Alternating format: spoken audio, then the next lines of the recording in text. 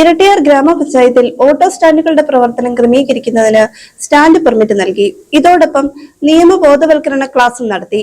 ഇരട്ടിയാർ ഗ്രാമപഞ്ചായത്ത് president Rajani K A ചടങ്ങ് ഉദ്ഘാടനം ചെയ്തു. ഇരട്ടയാർ ഗ്രാമപഞ്ചായത്തിൽ ഓട്ടോ സ്റ്റാൻഡുകളുടെ പ്രവർത്തനങ്ങൾ ക്രമീകരിക്കുന്നതിന് സ്റ്റാൻഡ് പെർമിറ്റ് നൽകി.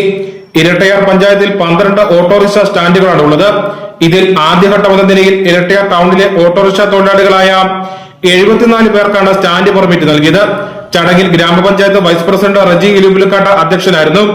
ഗ്രാമപഞ്ചായത്ത് പ്രസിഡന്റ് രജനി കെ എ പെർമിറ്റുകളുടെ വിതരണ ഉദ്ഘാടനം നിർവഹിച്ചു. അപ്പോൾ അത് പൊതുജനങ്ങൾക്ക് സുരക്ഷിതമായ ഒരു യാത്രാ സംവിധാനം ഒരുക്കുന്നതിന് എല്ലാവരും ഒത്തുചേർന്നുള്ള ഒരു പ്രവർത്തനം എന്ന നിലയിലാണ്. അപ്പോൾ നമുക്ക് കൂടുതൽ കാര്യങ്ങളൊക്കെ പറയുന്നതിന് Kattappana traffic SI Jose Martin Paul നിയമബോധവൽക്കരണ ക്ലാസും പരിസ്ഥിതി സൗഹൃദമായി വാഹനം കൈകാര്യം ചെയ്യൽ, കാർബൺ ന്യൂട്രൽ പ്രവർത്തനങ്ങൾ എന്നിവ സംബന്ധിച്ച മോട്ടോർ വാഹന ഇൻസ്പെക്ടർ മുജീബ് PS എന്നിവർ ക്ലാസുകൾ നയിച്ചു.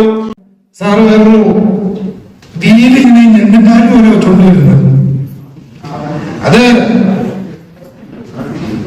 പണ്ടൊരു സാധനം നിന്റെ വീട്ടിൽ ഇങ്ങനെ ഇരിക്കണം, ആക്സിഡന്റ് എന്താന്നൊക്കെ പറഞ്ഞത് അതൊക്കെ പറയുന്നതിന്റെ കൂട്ടത്തില് നിങ്ങൾക്ക് മനസ്സിലാവാവുന്ന ഒരു ഭാഷയിലങ്ങ് പറയുന്നത് മാത്രമാണ്.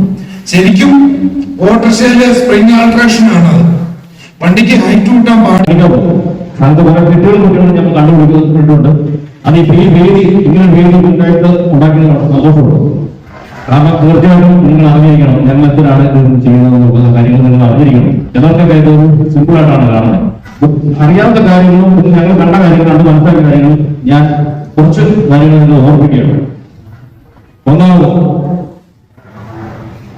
യോഗത്തിൽ സ്റ്റാൻഡിംഗ് കമ്മിറ്റി ചെയർമാൻമാരായ മേരിക്കുട്ടി പൗലോസ്, റോസമ്മ മാത്യു, സിജോ ഇലന്തൂർ, അംഗങ്ങളായ ലാൽച്ചം വെള്ളക്കട, സോജൻ മാളിയക്കൽ, ഷീബ അജയ്, ജാൻസി ടോമി, മിനി പ്രതീഷ്, ജിഷ ഷാജി, രാജി ഹരികുമാർ, സെക്രട്ടറി ധനേഷ് B എന്നിവർ സംസാരിച്ചു.